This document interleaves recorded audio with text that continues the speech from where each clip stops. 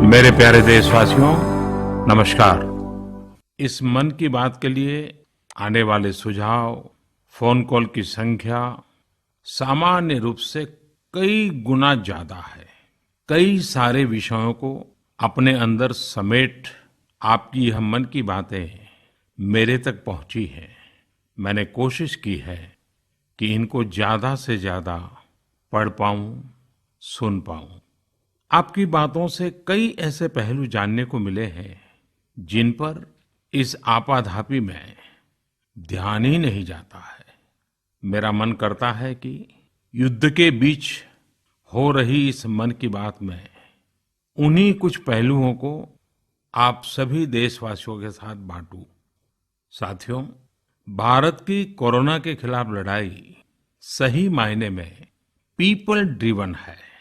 भारत में कोरोना के खिलाफ लड़ाई जनता लड़ रही है, आप लड़ रहे हैं। जनता के साथ मिलकर शासन प्रशासन लड़ रहा है। भारत जैसा विशाल देश जो विकास के लिए प्रयत्नशील है, गरीबी से निर्णायक लड़ाई लड़ रहा है। उसके पास कोरोना से लड़ने और जीतने का यही एक तरीका है। और हम भाग्यशाली हैं कि आज पूरा देश का हर नागरिक, जन जन इस लड़ाई का सिपाही है, लड़ाई का नेतृत्व कर रहा है। आप कहीं भी नजर डालिए, आपको एहसास हो जाएगा कि भारत की लड़ाई पीपल ड्रिवन है। जब पूरा विश्व इस महामारी के संकट से जूझ रहा है, भविष्य में जब इसकी चर्चा होगी, उसकी तौर तरीकों की चर्चा होगी, मुझे विश्वास है कि भारत की ये पीपल ड्रिवन लड़ाई, इसकी जरूर चर्चा होगी। पूरे देश में, गली मोहल्लों में, जगह जगह पर आज लोग एक दूसरे की सहायता के लिए आगे आए हैं। गरीबों के लिए खाने से लेकर राशन की व्यवस्था हो, लॉकडाउन का पालन हो, अस्पतालों की व्यवस्था हो, मेडिकल इक्विपमेंट का देश में ही निर्माण हो। आज पूरा देश एक लक्ष्य, एक दिशा, साथ साथ चल रहा है। ताली, थाली, दिया, मोमबत्ती, इन सारी चीजों ने जो भावनाओं को जन्म दिया, जिस जज्बे से देशवासियों ने कुछ न कुछ करने की ठान ली, हर किसी को इन बातों ने प्रेरित किया है। शहर हो या गांव, ऐसा लग रहा है जैसे देश में एक बहुत बड़ा महायज्ञ चल रहा है, जिसमें हर कोई अपना योगदान देने के लिए आतुर है। हमारे किसान भाई बहनों को ही देखिए, एक तरफ वो इस महामारी के बीच अपने खेतों में दिन रात मेहनत कर रहे हैं और इस बात की भी चिंता कर रहे हैं कि देश में कोई भी भूखा न सोए। हर कोई अपने सामर्थ्य के हिसाब से इस लड़ाई को लड़ रहा है। कोई किराया माफ कर रहा है, तो कोई अपनी पूरी पेंशन या पुरस्कार में मिली राशि को पीएम केयर्स में जमा करा रहा है। कोई खेत की सारी सब्जियां दान दे रहा है, तो कोई हर रोज सैकड़ों गरीबों को मुफ्त भोजन करा रहा है। कोई मास्क बना रहा है। कहीं हमारे मजदूर भाई बहन क्वारंटीन में रहते हुए जिस स्कूल में रह रहे हैं, उसकी रंगाई पुताई कर रहे हैं। साथियों, दूसरों की मदद के लिए आपके भीतर हृदय के किसी कोने में जो ये उमड़ता घुमड़ता भाव है ना, वही कोरोना के खिलाफ भारत की इस लड़ाई को ताकत दे रहा है। वही इस लड़ाई को सच्चे मायने में पीपल ड्रिवन बना रहा है। और हमने देखा है पिछले कुछ साल में हमारे देश में यह मिजाज बना है, निरंतर मजबूत होता रहा है। चाहे करोड़ों लोगों का गैस सब्सिडी छोड़ना हो, लाखों सीनियर सिटीजन का रेलवे सब्सिडी छोड़ना हो, स्वच्छ भारत अभियान का नेतृत्व लेना हो, टॉयलेट बनाने हो, अनगिनत बातें ऐसी है। इन सारी बातों से पता चलता है हम सबको एक मन, एक मजबूत धागे से पिरो दिया है। एक होकर देश के लिए कुछ करने की प्रेरणा दी है। मेरे प्यारे देशवासियों, मैं पूरी नम्रता पूर्वक, बहुत ही आदर के साथ आज 130 करोड़ देशवासियों की इस भावना को सर झुका करके नमन करता हूं। आप अपनी भावना के अनुरूप देश के लिए अपनी रुचि के हिसाब से अपने समय के अनुसार कुछ कर सके, इसके लिए सरकार ने एक डिजिटल प्लेटफॉर्म भी तैयार किया है। ये प्लेटफॉर्म है covidwarriors.gov.in। मैं दोबारा बोलता हूं, covidwarriors.gov.in। सरकार ने इस प्लेटफॉर्म के माध्यम से तमाम सामाजिक संस्थाओं के वॉलंटियर्स, सिविल सोसाइटी के प्रतिनिधि और स्थानीय प्रशासन को एक दूसरे से जोड़ दिया है। बहुत ही कम समय में इस पोर्टल से 1.25 करोड़ लोग जुड़ चुके हैं। इनमें डॉक्टर, नर्सिस से लेकर हमारी आशा, एएनएम बहनें, हमारे एनसीसी, एनएसएस के साथी, अलग अलग फील्ड के तमाम प्रोफेशनल्स, उन्होंने इस प्लेटफॉर्म को अपना प्लेटफॉर्म बना लिया है। ये लोग स्थानीय स्तर पर क्राइसिस मैनेजमेंट प्लान बनाने वालों में और उसकी पूर्ति में भी बहुत मदद कर रहे हैं। आप भी covidwarriors.gov.in से जुड़कर देश की सेवा कर सकते हैं, कोविड वॉरियर बन सकते हैं। साथियों, हर मुश्किल हालात, हर लड़ाई कुछ न कुछ सबक देती है, कुछ न कुछ सिखा करके जाती है, सीख देती है, कुछ संभावनाओं के मार्ग बनाती है और कुछ नई मंजिलों की दिशा भी देती है। इस परिस्थिति में आप सब देशवासियों ने जो संकल्प शक्ति दिखाई है, उससे भारत में एक नए बदलाव की शुरुआत भी हुई है। हमारे बिजनेस, हमारे दफ्तर, हमारे शिक्षण संस्थान, हमारा मेडिकल सेक्टर, हर कोई तेजी से नए तकनीकी बदलावों की तरफ भी बढ़ रहे हैं। टेक्नोलॉजी के फ्रंट पर तो वाकई ऐसा लग रहा है कि देश का हर इनोवेटर नई परिस्थितियों के मुताबिक कुछ न कुछ नया निर्माण कर रहा है। साथियों, देश जब एक टीम बनकर के काम करता है, तब क्या कुछ होता है, ये हम अनुभव कर रहे हैं। आज केंद्र सरकार हो, राज्य सरकार हो, इनका हर एक विभाग और संस्थान राहत के लिए मिलजुल करके पूरी स्पीड से काम कर रहे हैं। हमारे एविएशन सेक्टर में काम कर रहे लोग हों, रेलवे कर्मचारी हो, ये दिन रात मेहनत कर रहे हैं ताकि देशवासियों को कम से कम समस्या हो। आप में से शायद बहुत लोगों को मालूम होगा कि देश के हर हिस्से में दवाइयों को पहुंचाने के लिए लाइफलाइन उड़ान नाम से एक विशेष अभियान चल रहा है। हमारे इन साथियों ने इतने कम समय में देश के भीतर ही 3 लाख किलोमीटर की हवाई उड़ान भरी है और 500 टन से अधिक मेडिकल सामग्री देश के कोने कोने में आप तक पहुंचाया है।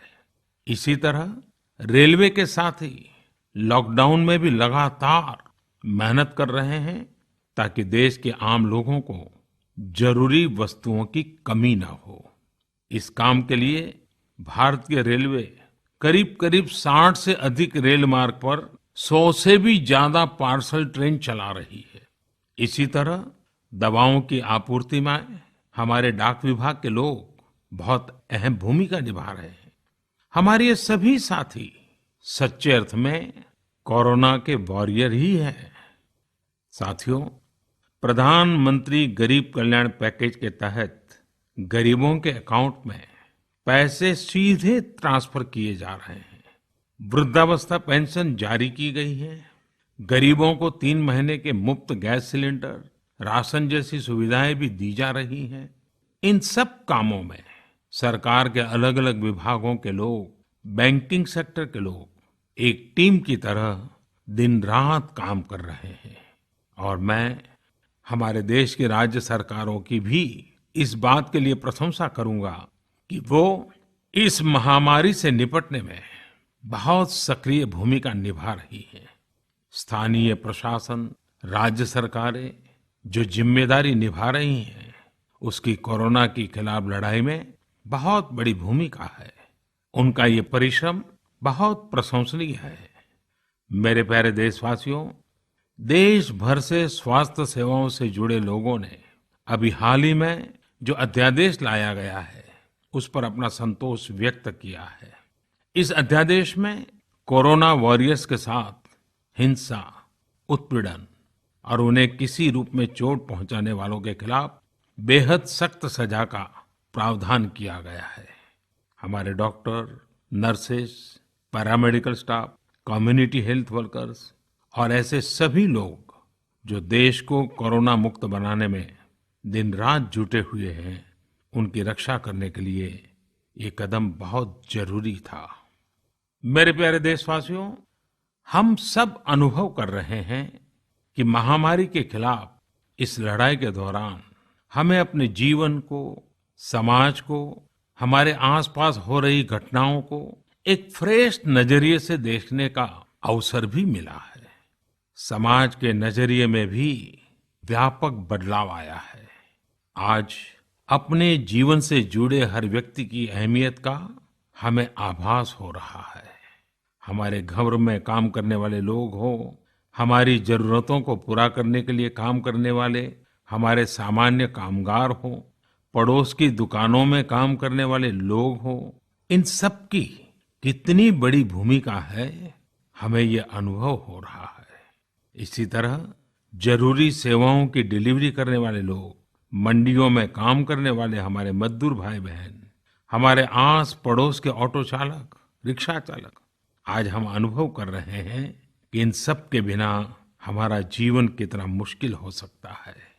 आजकल सोशल मीडिया में हम सब लोग लगातार देख रहे हैं कि लॉकडाउन के दौरान लोग अपने इन साथियों को न सिर्फ याद कर रहे हैं, उनकी जरूरतों का ध्यान रख रहे हैं, बल्कि उनके बारे में बहुत सम्मान से लिख भी रहे हैं। आज देश के हर कोने से ऐसी तस्वीरें आ रही हैं कि लोग सफाई कर्मियों पर पुष्प वर्षा कर रहे हैं। पहले उनके काम को संभवतः आप भी कभी नोटिस नहीं करते थे। डॉक्टर हो, सफाई कर्मी हो, अन्य सेवा करने वाले लोग हो, इतना ही नहीं, हमारी पुलिस व्यवस्था को लेकर भी आम लोगों के सोच में काफी बदलाव हुआ है। पहले पुलिस के विषय में सोचते ही नकारात्मकता के सिवाय हमें कुछ नजर नहीं आता था। हमारे पुलिसकर्मी आज गरीबों, जरूरतमंदों को खाना पहुंचा रहे हैं, दवा पहुंचा रहे हैं। जिस तरह से हर मदद के लिए पुलिस सामने आ रही है, इससे पुलिसिंग का मानवीय और संवेदनशील पक्ष हमारे सामने उभर करके आया है, हमारे मन को झकझोर दिया है, हमारे दिल को छू लिया है। एक ऐसा अवसर है जिसमें आम लोग पुलिस से भावात्मक तरीके से जुड़ रहे हैं। हमारे पुलिस कर्मियों ने इसे जनता की सेवा के एक अवसर के रूप में लिया है और मुझे पूरा विश्वास है इन घटनाओं से आने वाले समय में सच्चे अर्थ में बहुत ही सकारात्मक बदलाव आ सकता है और हम सब ने इस सकारात्मकता को कभी भी नकारात्मकता के रंग से रंगना नहीं है। साथियों, हम अक्सर सुनते हैं प्रकृति, विकृति और संस्कृति। इन शब्दों को एक साथ देखें और इसके पीछे के भाव को देखें तो आपको जीवन को समझने का भी एक नया द्वार खुलता हुआ दिखेगा।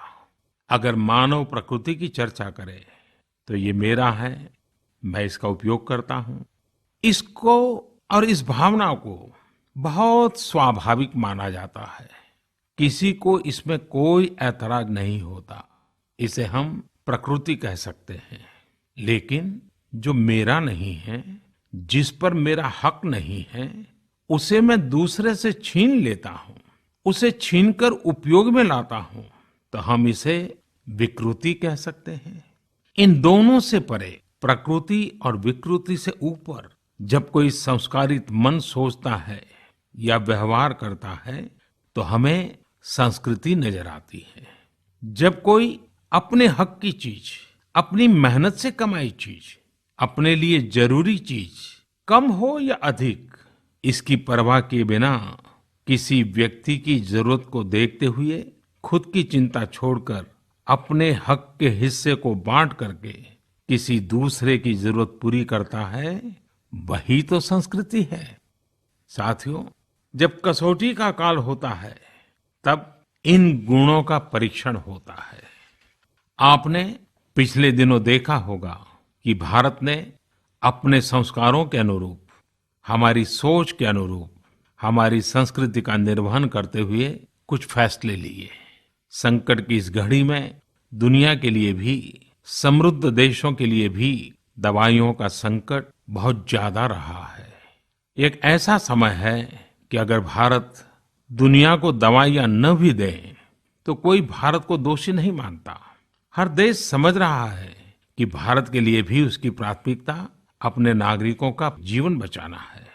लेकिन साथियों, भारत ने प्रकृति विकृति की सोच से परे होकर फैसला लिया। भारत ने अपनी संस्कृति के अनुरूप फैसला लिया। हमने भारत की आवश्यकताओं के लिए जो करना था उसका प्रयास तो बढ़ाया ही, लेकिन दुनिया भर से आ रही मानवता की रक्षा की पुकार पर भी पूरा पूरा ध्यान दिया। हमने विश्व के हर जरूरतमंद तक दवाइयों को पहुंचाने का बीड़ा उठाया और मानवता के इस काम को करके दिखाया।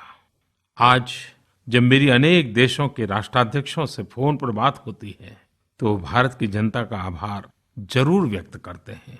जब वो लोग कहते हैं thank you India, thank you people of India, तो देश के लिए गर्व और बढ़ जाता है। इसी तरह इस समय दुनिया भर में भारत के आयुर्वेद और योग के महत्व को भी लोग बड़े विशिष्ट भाव से देख रहे हैं। सोशल मीडिया पर देखिए, हर तरफ इम्यूनिटी बढ़ाने के लिए किस तरह से भारत के आयुर्वेद और योग की चर्चा हो रही है। कोरोना की दृष्टि से आयुष मंत्रालय ने इम्यूनिटी बढ़ाने के लिए जो प्रोटोकॉल दिया था, मुझे विश्वास है कि आप लोग इसका प्रयोग जरूर कर रहे होंगे। गर्म पानी, काढ़ा और जो अन्य दिशा निर्देश आयुष मंत्रालय ने जारी किए हैं वो आप अपनी दिनचर्या में शामिल करेंगे तो आपको बहुत लाभ होगा। साथियों, वैसे ये दुर्भाग्य रहा है कि कई बार हम अपनी ही शक्तियां और समृद्ध परंपराओं को पहचानने से इनकार कर देते हैं। लेकिन जब विश्व का कोई दूसरा देश एविडेंस बेस्ड रिसर्च के आधार पर वही बात करता है, हमारी ही फॉर्मूला हमें सिखाता है, तो हम उसे हाथों हाथ ले लेते हैं। संभवतः इसके पीछे एक बहुत बड़ा कारण सैकड़ों वर्षों की हमारी गुलामी का कालखंड रहा है। इस वजह से कभी कभी हमें अपनी ही शक्ति पर विश्वास नहीं होता है, हमारा आत्मविश्वास कम नजर आता है। इसलिए हम अपने देश की अच्छी बातों को, हमारे पारंपरिक सिद्धांतों को एविडेंस बेस्ड रिसर्च के आधार पर आगे बढ़ाने के बजाय उसे छोड़ देते हैं, उसे हीन समझने लगते हैं। भारत की युवा पीढ़ी को अब इस चुनौती को स्वीकार करना होगा। जैसे विश्व ने योग को सहज स्वीकार किया है, वैसे ही हजारों वर्षों पुराने हमारे आयुर्वेद के सिद्धांतों को भी विश्व अवश्य स्वीकार करेगा। हाँ, इसके लिए युवा पीढ़ी को संकल्प लेना होगा और दुनिया जिस भाषा में समझती है उस वैज्ञानिक भाषा में हमें समझाना होगा, कुछ करके दिखाना होगा। साथियों, वैसे कोविड-19 के कारण कई सकारात्मक बदलाव हमारे काम करने के तरीके, हमारी जीवन शैली और हमारी आदतों में भी स्वाभाविक रूप से अपनी जगह बना रहे हैं। आपने सबने भी महसूस किया होगा इस संकट ने कैसे अलग अलग विषयों पर हमारी समझ और हमारी चेतना को जागरूक किया है। जो असर हमें अपने आसपास देखने को मिल रहे हैं, इनमें सबसे पहला है मास्क पहनना और अपने चेहरे को ढककर रखना। कोरोना की वजह से बदलते हुए हालात में मास्क भी हमारे जीवन का हिस्सा बन रहा है। वैसे हमें इसकी भी आदत कभी नहीं रही कि हमारे आसपास के बहुत सारे लोग मास्क में दिखे, लेकिन अब हो यही रहा है। हाँ, इसका ये मतलब नहीं है कि जो मास्क लगाते हैं वे सभी बीमार हैं। और जब मैं मास्क की बात करता हूं तो मुझे एक पुरानी बात याद आती है। आप सबको भी याद होगा, एक जमाना था कि हमारे देश के कई ऐसे इलाके ऐसे होते थे कि वहां अगर कोई नागरिक फल खरीदता हुआ दिखता था तो आस पड़ोस के लोग उसको जरूर पूछते थे, क्या घर में कोई बीमार है? यानी फल मतलब बीमारी में ही खाया जाता है, ऐसी एक धारणा बनी हुई थी। हालांकि समय बदला और ये धारणा भी बदली। वैसे ही मास्क को लेकर भी धारणा अब बदलने वाली ही है। आप देखिएगा, मास्क अब सभ्य समाज का प्रतीक बन जाएगा। अगर बीमारी से खुद को बचना है और दूसरों को भी बचाना है तो आपको मास्क लगाना पड़ेगा। और मेरा तो सिंपल सुझाव रहता है, गमछा, मुंह ढकना है। साथियों, हमारे समाज में एक और बड़ी जागरूकता ये आई है कि अब सभी लोग ये समझ रहे हैं कि सार्वजनिक स्थानों पर थूकने के क्या नुकसान हो सकते हैं। यहाँ वहाँ कहीं पर भी थूक देना गलत आदतों का हिस्सा बना हुआ था। ये स्वच्छता और स्वास्थ्य को गंभीर चुनौती भी देता था। वैसे एक तरह से देखें तो हम हमेशा से ही इस समस्या को जानते रहे हैं, लेकिन ये समस्या समाज से समाप्त होने का नाम ही नहीं ले रही थी। अब वो समय आ गया है कि इस बुरी आदत को हमेशा हमेशा के लिए खत्म कर दिया जाए।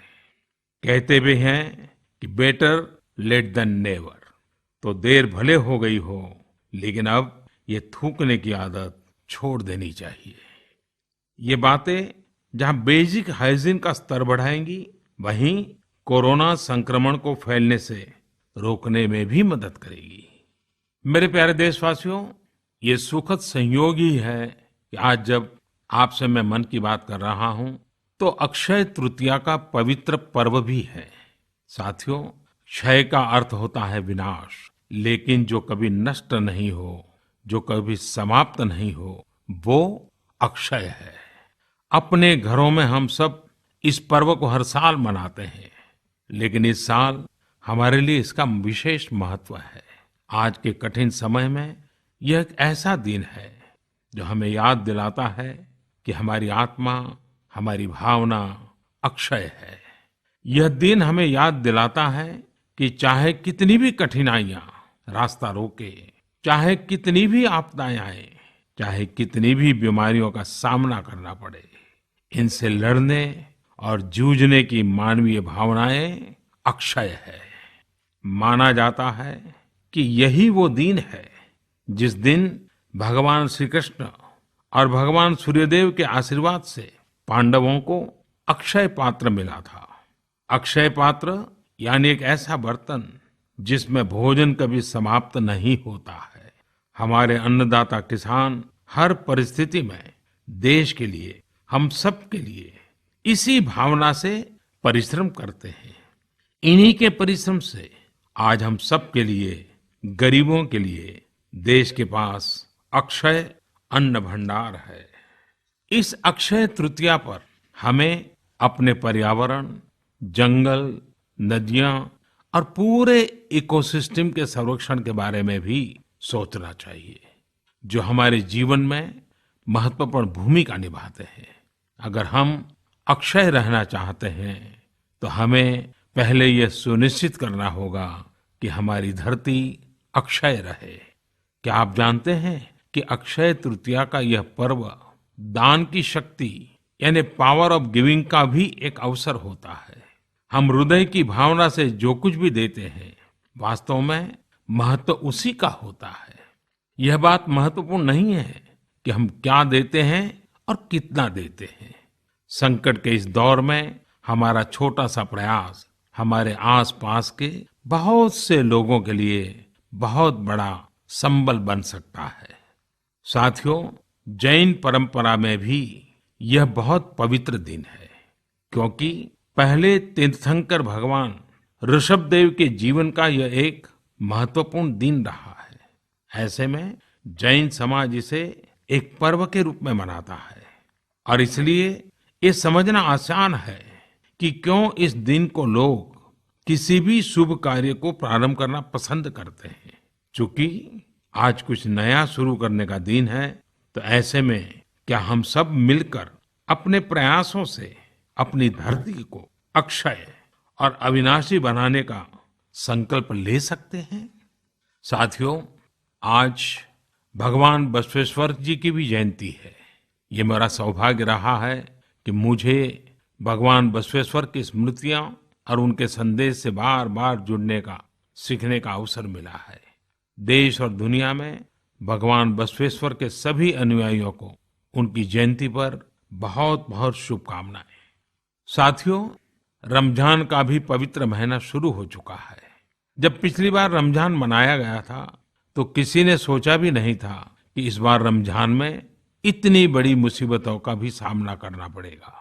लेकिन अब जब पूरे विश्व में ये मुसीबत आ ही गई है, तो हमारे सामने अवसर है इस रमजान को संयम, सद्भावना, संवेदनशीलता और सेवा भाव का प्रतीक बनाएं। इस बार हम पहले से ज्यादा इबादत करें, ताकि ईद आने से पहले दुनिया कोरोना से मुक्त हो जाए और हम पहले की तरह उमंग और उत्साह के साथ ईद मनाएं। मुझे विश्वास है कि रमजान के इन दिनों में स्थानीय प्रशासन के दिशा निर्देशों का पालन करते हुए कोरोना के खिलाफ चल रही इस लड़ाई को हम और मजबूत करेंगे। सड़कों पर, बाजारों में, मोहल्लों में फिजिकल डिस्टेंसिंग के नियमों का पालन अभी बहुत आवश्यक है। मैं आज उन सभी कम्युनिटी लीडर्स के प्रति भी आभार प्रकट करता हूं, जो 2 गज दूरी और घर से बाहर नहीं निकलने को लेकर लोगों को जागरूक कर रहे हैं। वाकई कोरोना ने इस बार भारत समेत दुनिया भर में त्योहारों को मनाने का स्वरूप ही बदल दिया है, रंग रूप बदल दिए हैं। अभी पिछले दिनों ही हमारे यहाँ भी बिहू, बैसाखी, पुथंडू, विशु, ओडिया न्यू ईयर ऐसे अनेक त्योहार आए। हमने देखा कि लोगों ने कैसे इन त्योहारों को घर में रहकर और बड़ी सादगी के साथ और समाज के प्रति शुभ चिंतन के साथ त्योहारों को मनाया। आमतौर पर वे इन त्योहारों को अपने दोस्तों और परिवारों के साथ पूरे उत्साह और उमंग के साथ मनाते थे, घर के बाहर निकलकर अपनी खुशी साझा करते थे। लेकिन इस बार हर किसी ने संयम बरता, लॉकडाउन के नियमों का पालन किया। हमने देखा है कि इस बार हमारे ईसाई दोस्तों ने ईस्टर भी घर पर ही मनाया है। अपने समाज, अपने देश के प्रति ये जिम्मेदारी निभाना आज की बहुत बड़ी जरूरत है। तभी हम कोरोना के फैलाव को रोक पाने में सफल होंगे, कोरोना जैसी वैश्विक महामारी को परास्त कर पाएंगे। मेरे प्यारे देशवासियों, इस वैश्विक महामारी के संकट के बीच आपके परिवार के एक सदस्य के नाते, और आप सब भी मेरे ही परिवारजन हैं, तब कुछ संकेत करना, कुछ सुझाव देना, ये मेरा दायित्व भी बनता है। मेरे देशवासियों से मैं आपसे आग्रह करूंगा, हम कतई अति आत्मविश्वास में न फंस जाएं। हम ऐसा विचार न पाल लें कि हमारे शहर में, हमारे गांव में, हमारी गली में, हमारे दफ्तर में अभी तक कोरोना पहुंचा नहीं है, इसलिए अब पहुंचने वाला नहीं है। देखिए, ऐसी गलती कभी मत पालना।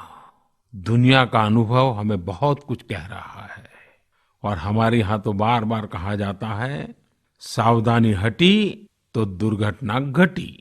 याद रखिए, हमारे पूर्वजों ने हमें इन सारे विषयों में बहुत अच्छा मार्गदर्शन किया है। हमारे पूर्वजों ने कहा है, अग्नि ही शेषम ऋण शेषम व्याधि शेषम तथैव च पुनः पुनः प्रवर्धेत तस्मात् शेषम न कार्येत। अर्थात हल्के में लेकर छोड़ दी गई आग, कर्ज और बीमारी मौका पाते ही दोबारा बढ़कर खतरनाक हो जाती है। इसलिए इनका पूरी तरह उपचार बहुत आवश्यक होता है।